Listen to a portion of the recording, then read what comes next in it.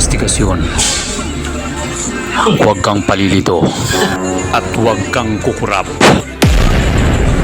Bakit kung kailan ubos na yung pondo, saka lang nilabas ang 15 listahan ng mga kontraktor?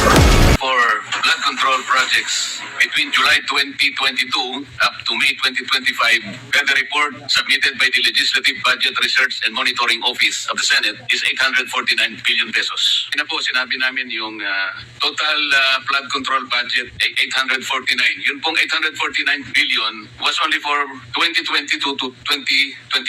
Ang total po from 2022 to 2025 is actually 1,200,308,300,000 or 1.2 trillion pesos.